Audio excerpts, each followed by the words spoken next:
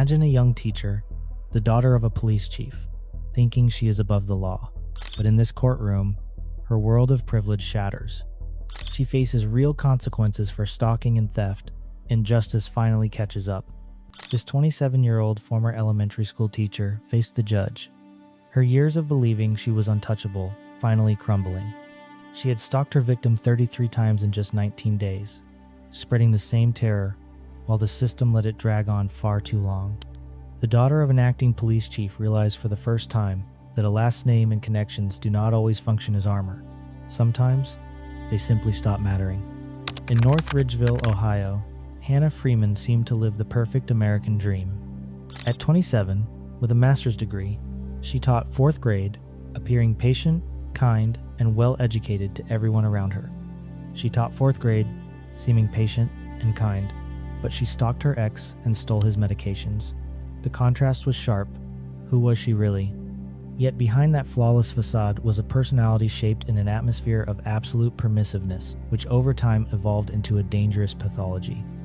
Her father, Michael Freeman, was the police chief in North Ridgeville. Growing up, Hannah learned that her family name opened doors and wiped away mistakes. She believed rules were for others, not for her. Think about this. Back in December of 2022, Hannah threw loud parties. Neighbors complained and police arrived. Instead of apologizing, she asked if they knew her dad, the police chief. They let her off with just a warning. That taught her she was special. This internal mindset first became visible back in 2022 when neighbors called the police because of loud parties at her home. Instead of apologizing, Hannah responded with undisguised condescension, asking officers, "Do you know who my father is?" Here's something from the records. In June of 2023, neighbors heard her say it. She wouldn't get in trouble. Her dad was the chief. She said it straight. No shame. That attitude grew stronger. It shaped her. It was not a request for help, it was an order to ignore the violation. Early in 2024, Ryan entered Hannah's life, becoming the target of her deadly obsession. Their romance started normally between two teachers who shared interests and friends. Ryan told the police they started dating normally, sharing teaching jobs and interests. But soon she demanded control over his messages, plans, and contacts. It felt like a cage, so he had to escape. But quickly, her love became a trap for Ryan. She demanded total control, wanting to know every move, read every message, and decide his contacts. In April of 2024, overwhelmed, Ryan ended it. Court records show this. Ryan moved out in May of 2024. He left their shared home. It was over, but she couldn't accept it. That rejection hit hard. It fueled her anger. He had no idea this would start a months-long nightmare. For Hannah, the breakup challenged her power. She could not accept rejection. Her obsession became cold stalking, turning Ryan's life into constant fear where he was always the prey. Hannah used her car to pressure him psychologically. Data from her global positioning system showed she visited his workplace 33 times in under 3 weeks. Police cameras caught it 33 times in 19 days. Her car at his school. Not by chance. She parked to be seen, stared at windows. It was planned, to wear him down. She arrived early, parked her red sport utility vehicle where he would see it, and stared at the windows for hours. This terror exhausted him. Every morning, Ryan felt watched. Ryan said this to police. Westlake Police, how can I help you? Hello? My ex-girlfriend continues to stalk me and park her car next to wherever I am and follow me home every night. How long has this been happening? Probably a month now. Have you ever contacted police about it? No. Okay, where are you at? So, as I just called you, she got back in her car and stormed off. Every morning he felt watched.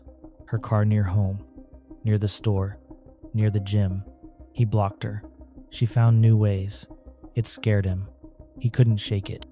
She used other accounts or showed up. Most scary, she hid nothing.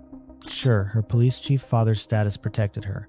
She acted openly, believing Ryan would never report her or that it would be ignored. In November of 2024, Hannah learned Ryan was dating someone new. This pushed her from watching to attacking. On November 6th, she showed up uninvited. When he refused entry, she waited and stole from his unlocked car. Hannah stole his work backpacks, 2 laptops with all his teaching materials, his wallet with credit cards and identification, and most critically, his needed prescription medications. Police report says this. On November 6th, she took his backpacks, 2 laptops, wallet with cards, prescription meds he needed. It wasn't just theft, it was taking his life apart. He needed those medications by doctor's orders. It was not just theft, it was stealing his identity. With his laptops and phone, she accessed his digital world, broke passwords, changed social media, and bought on Amazon with his money. Court filings reveal this. She used his cards, made purchases on Amazon, sent alerts to his phone. It said, "I'm here. I control you. Not for money, for power." She wanted to destroy his life, so only she remained. She held his things hostage, hoping he would beg for them back. The next day, November 7th, Ryan was desperate. Coaching on the basketball court, Hannah appeared more aggressive. She jumped into his car seat and refused to leave, demanding talk, though it ended months ago. Ryan knew he must call police now, or she would never stop. His call to 911 was fearful. He said she stalked him months, stole his things, and sat in his car. Sensing danger, Hannah fled before police arrived, but her confidence failed. She returned 20 minutes later, sure officers would ignore once knowing her. She was wrong. The officers put law above connections. When Westlake police questioned her in the parking lot, she played innocent victim. Using her teacher skills and soft voice, she claimed Ryan was still her boyfriend and it was just a small fight. 71 Henry Tomboy 8213 and Henry Mary George 8279.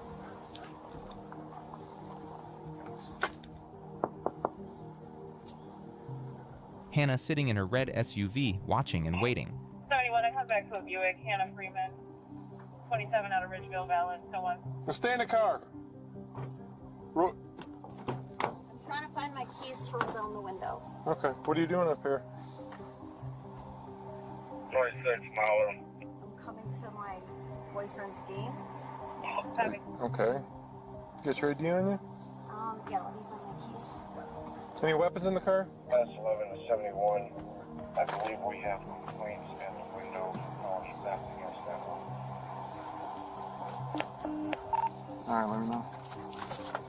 I don't know where my keys went. Okay. Who's your boyfriend? Ryan. Alright, don't reach around anymore. What's your name? Hannah Freeman. Hannah Freeman. Are you supposed to be up here? You are? Were you in his vehicle earlier? No? Well, we went to get dinner together, but... Where'd you guys go get dinner at? Kings. King's? Kings, yeah. Raising Cane's? Which one? North Olmsted. North Olmsted? Okay. Well, we got a complaint from him that you were in his vehicle tonight and you're harassing him and stalking him. I mean, I don't know what to tell you. Okay. Did you take some items from him last night? No? Okay. Alright, where is he at right now? He's coaching. His game starts at 4:45. What game is he coaching? 7th grade seventh grade girls basketball. 7th grade? And the game doesn't start at 4:45 for 7th grade. Well, 5:45. The 8th grade starts at 4:45. Correct. Okay. Alright. Why are you sitting in your car not in the game then? Well, it's only 4:30, so I was gonna wait till it started. Okay, were you working or something like that? Where do you work at? I'm a teacher at North Ridgeville. At North Ridgeville? Okay. Will you see if they get those complaints here? Yeah, they won't sign it. No, just call station, see if they got them. Well, like, I have text messages that of him, like, inviting me, so I don't... Can I see them? Like, even last night, like, I slept over his place, And what's his name again? we were engaged. Like, He has not yet signed them, but the complainant today is the gentleman that's going to be signing them for the election. Go ahead. Put her in custody for those complaints. Aye. Okay. Can you put your phone down and step out to my partner, please? Just leave your phone in the car. Leave your phone in the car. Step out.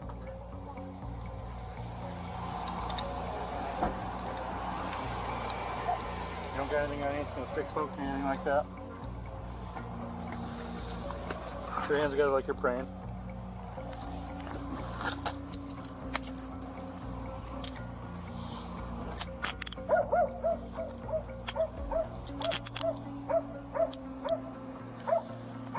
Where are your keys to the car?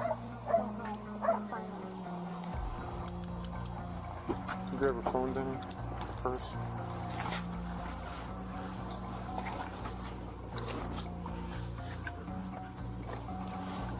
Ma'am, what's your name? Hannah Freeman.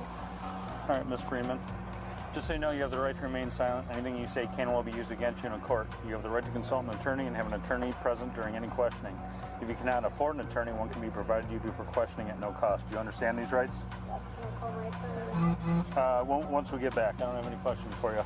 Step back over here to my car. Can I please call my parents? Just step over here to my car. Miss, where's your ID? I don't know. I can't find it. Ma'am, stop. Right here. See this flashing red light? Yeah. That's the camera that's recording. Do you have anything on you that's sharp? No, I don't. Can I please call my dad? Yep. Give us a second. You're coming back to our jail. Once we get back to our jail, Can I please call my dad? No. He's the chief at Richville, and Yes, we know who he is. I don't want to make this a big deal. Well, if you weren't up here, it wouldn't be a big deal. He invited me over here. Back my hand. All right, step back over here, back to my car, please. He invited me over here. All right, you have little wrists. Do me a favor, do not slip all these stuff, okay? Please call my dad. Once we get back to our jail.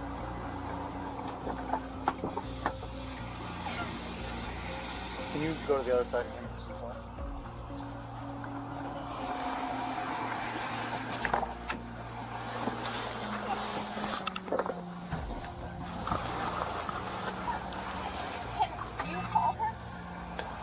No, we won't be calling him. You can when you get back to the jail. Officers wrote this. She told them Ryan was her boyfriend. They just argued. She came to support him. But she couldn't name the game time. It didn't match. Her story fell apart. She claimed they had just had dinner together and that she had come to support him at the game. Ryan said no. He didn't invite her. She lied to officers, claimed dinner together. But no. Total contrast. Officers stayed professional. She stumbled on the game's start time, not matching the schedule. The key moment was finding stolen items in her car, like tools for control. Police found it in her car, laptops, wallet, meds, all Ryan's. She had them. No hiding. Her plan cracked there. It was real evidence. Ryan's laptops, wallet, and medications were there, threatening his health without them. Hannah saw her denial fail. She shifted to a seeming panic attack, but it looked planned. Can you just go to the other side and hand me the seatbelt?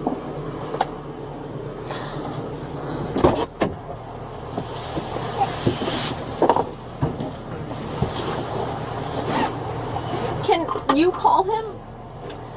No, we won't be calling him. You can when you get back to the jail.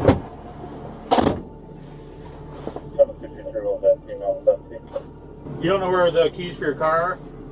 How'd you get here? It's like a remote start. Sometimes. But they're somewhere in there? Yeah. In your purse or something like that? I don't know. You said it's just like a remote start. They should be in there somewhere. Anything else you need out of the car? If he's looking for the keys, my phone also starts the car, so I don't always need the keys. He also has some of my stuff, so at what point do I get that back? Like my credit cards and stuff. Officers saw it, panic attack, but seemed planned. She begged to call Dad. Real fear or act? Hard to tell. Come talk to me. So what's going on? Did you invite her here? No. Are you sure? No. Yeah, she, Are you sure you didn't invite her here? yes, I never invited her to anything. She said that you invited her here. Yeah, I know. She probably would have did that. She actually, yesterday followed me to my apartment, stole stuff out of my car. Yeah.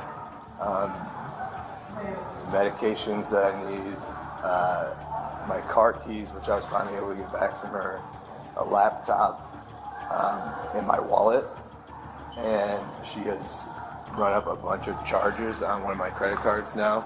Oh, she did? Yeah, and then because I did date her back in April, we probably ended it.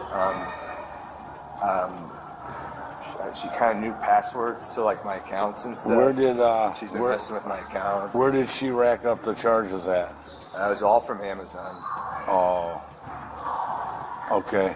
Well, you never. What time did you go to bed last night? Because they came for you to sign the complaints, and you never answered the door. Yeah, so I was probably asleep. I mean, I get up at 4 usually. Oh, okay. And he did say an hour, and I tried to wait like an hour and a half, and he said he was a little late. They got a little busy. Yeah, so I was going to come up, and I would taught all day. Right. So I was going to come up right after this because I need to sign something. Yeah, they need to be signed because she's in custody. Yeah, it's been going on for a while, and I've tried to not make it a big deal because even today the school resource officer took me out of class and stuff, and so I didn't want any of that stuff to happen, but it's just she won't stop. So okay. Nothing else I can do at this point. All right. So was she in your car again today? Yeah, was she not right now? No. Okay. Yeah, Don't you lock your doors? I'm telling you, I open it for a second, and she sprints in there and hops in. And you know she's here, or you don't even know she's here when this all happens? What is the? A lot of times, I'll be just driving down the street, and randomly, like, I don't know where she is, she'll just pull out, and now she's behind me all of a sudden. So I saw her following me in. But I had to run back out there, grab a bunch of stuff out of my car, my clipboard to write on, change of clothes, and I'm trying to, because I know what she's going to do, I'm trying to get to my keys to lock it quick enough, and she jumps in. Driver's side or passenger side? Driver's side. She was in her she got a red SUV? Yeah. Yeah, she was in her car in the driver's seat when we pulled up. And she showed up to a practice one time, but yeah, she constantly shows up to these games. A lot of times I look up in the stands and see her. I have no idea. And when did you guys break up? Or stop dating or whatever? It'd probably be April. So April? Yeah. And it's been going on this long, or is it random? I would say it's progressively getting worse and worse, but it's kind of been going on the whole time, yeah. Okay. Well, what time's your game? So it's at 5:45. I might have to do the scorebook at 4:45, or maybe. Why don't you go to the someone station and sign those complaints now? Yeah, I can get someone else to do it. Okay. Maybe. Yeah, he can do it. I don't know who he is. She begged the officers to call her dad, Michael Freeman. It was not real help cry. It was trying to use her lifelong privilege. But officers stayed firm. In their area, a nearby chief's name meant nothing. Hannah's arrest shocked the community. A teacher and chief's daughter faced felony charges in jail. Investigations showed she stalked physically and ruined his online life with stolen passwords. She sent messages as him to turn friends and his new girlfriend against him. It aimed to isolate him totally. Real drama happened in court over months. Her defense, by attorney Michael Kinlan, claimed emotional instability and misunderstood situation. But defense filed this, 85 pages, said they were still together, intimate, but evidence said no, breakup clear, contradiction big. They argued she was not dangerous, just loved too much. After negotiations, 5 felonies dropped to 3 misdemeanors. She avoided prison, getting probation, and service. She signed the deal and came to the July 2025 hearing confident. Court records show it. 5 felonies dropped to 3 misdemeanors. Plea deal, no big time, system bent, for some. In court, Hannah acted respectable. She read a lawyer-vetted apology, calling it a mistake in one night, ignoring 33 stalkings and months of pressure. She thanked for rehabilitation chance and planned normal life. I regret the incident. I definitely acted out of emotion, and I regret that decision that I made that night, and I will take steps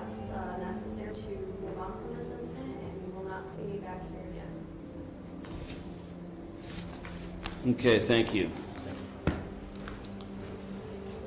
Her attorney seemed satisfied. Judge said no. To plea withdrawal. No talk with him before.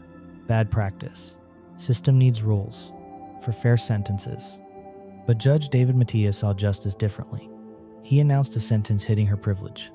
He said her actions were not a quick mistake, but ongoing terror. And later, the judge added this: 90 days house arrest, with GPS tracking, every move watched. She who stalked now tracked. It would change her life. He sentenced her to 18 months probation, mandatory global positioning system monitoring, and psychiatric treatment. My problem. I don't think it's my order bad. remain. We're done.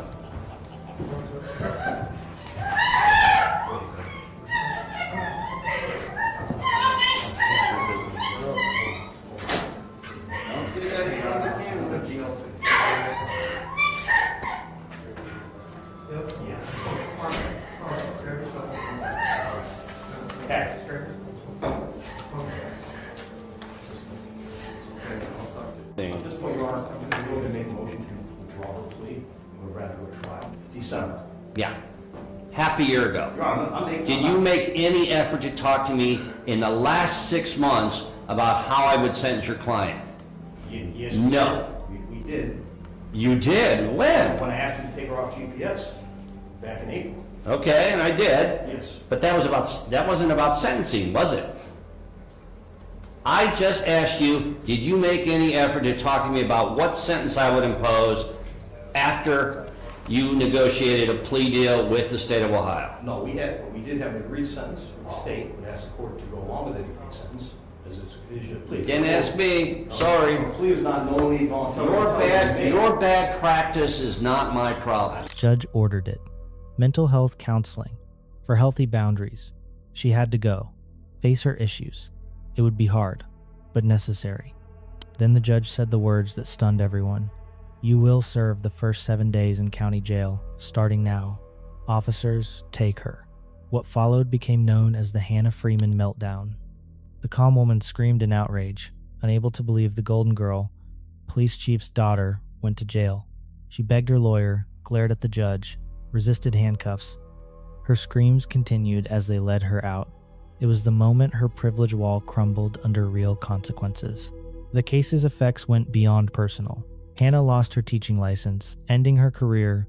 School said this after. Her contract ended June 30th, 2025. She didn't return. Teaching gone. Her dream job lost. Forever changed. More importantly, the case became a powerful precedent. It showed that in the modern justice system, parental status or professional reputation cannot serve as permanent immunity. Experts noted this.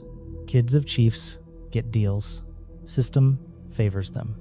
Public demands change. It happens too often. For Ryan, the verdict freed him.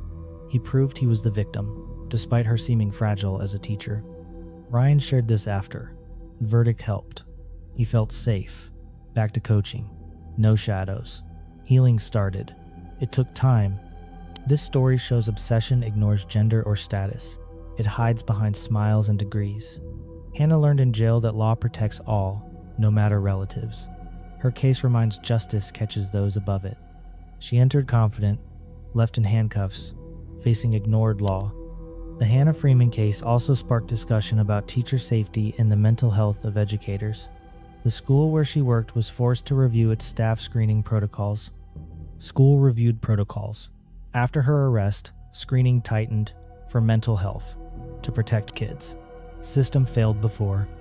Life in North Ridgeville changed, with people watching the Untouchable closer. Ryan's story inspired men to defend boundaries as strength. Hannah serves probation with strict global positioning system monitoring. Her steps recorded by the system she exploited.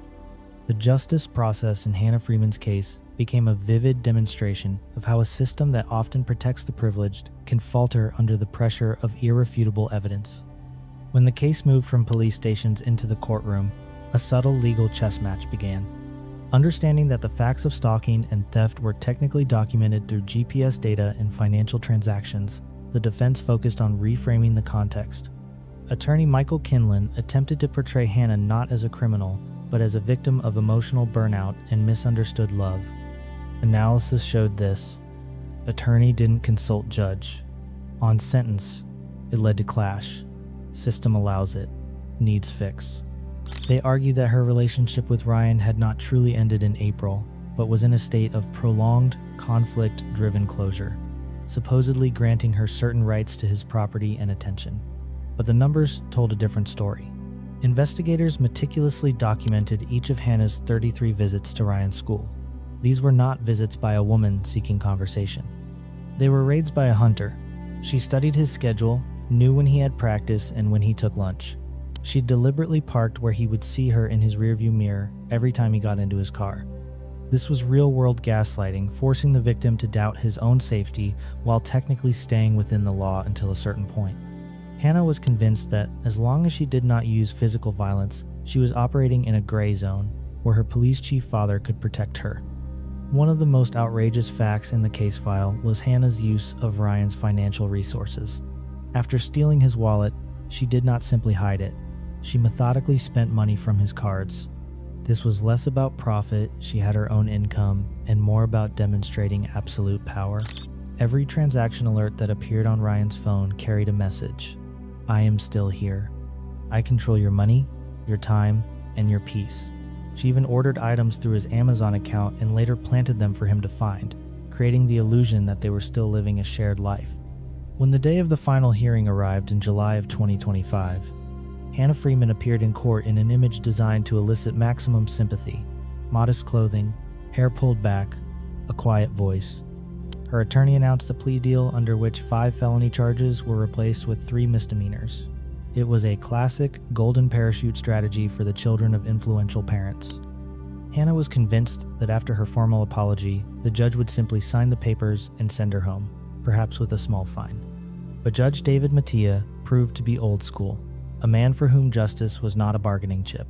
As he began reading the sentence, the courtroom atmosphere shifted from boredom to tense anticipation. Mattia noted that Hannah had shown no signs of genuine remorse. Judge noted no remorse. Her apology scripted, mechanical, but she said sorry. Big difference. What was real? Her statement was mechanical. She never once looked toward Ryan, who sat in the courtroom exhausted after months of stalking. The judge emphasized that the teaching profession carries higher moral obligations Hannah had cynically trampled. When the words about 7 days of actual incarceration and immediate custody were spoken, Hannah Freeman experienced what psychologists call a narcissistic collapse.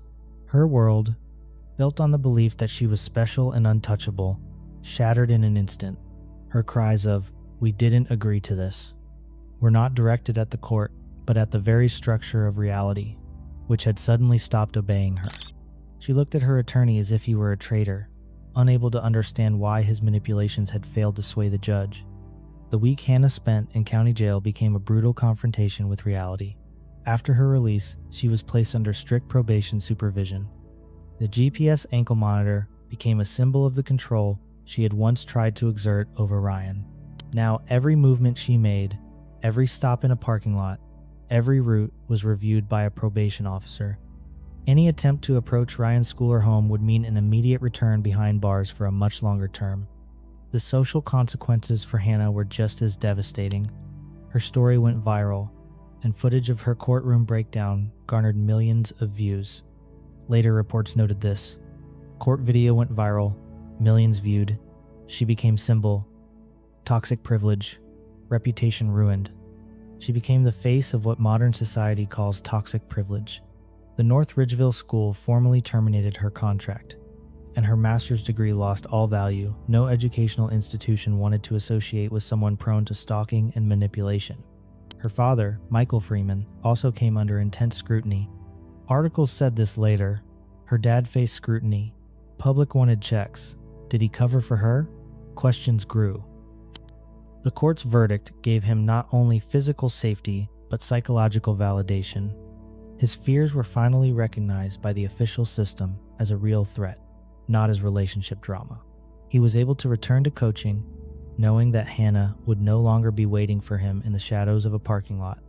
This story ends not simply with a sentence, but with a shift in perspective. The Hannah Freeman case will forever serve as a reminder that the mask of the perfect woman or successful teacher can conceal a deeply destructive personality. It teaches us that stalking is not a sign of passion, but a form of violence that requires immediate intervention. Hannah, who once taught children about kindness and honesty, became the central lesson for an entire state. The law has no favorite children, and sooner or later, every crossed boundary carries a price that no influential last name can cover.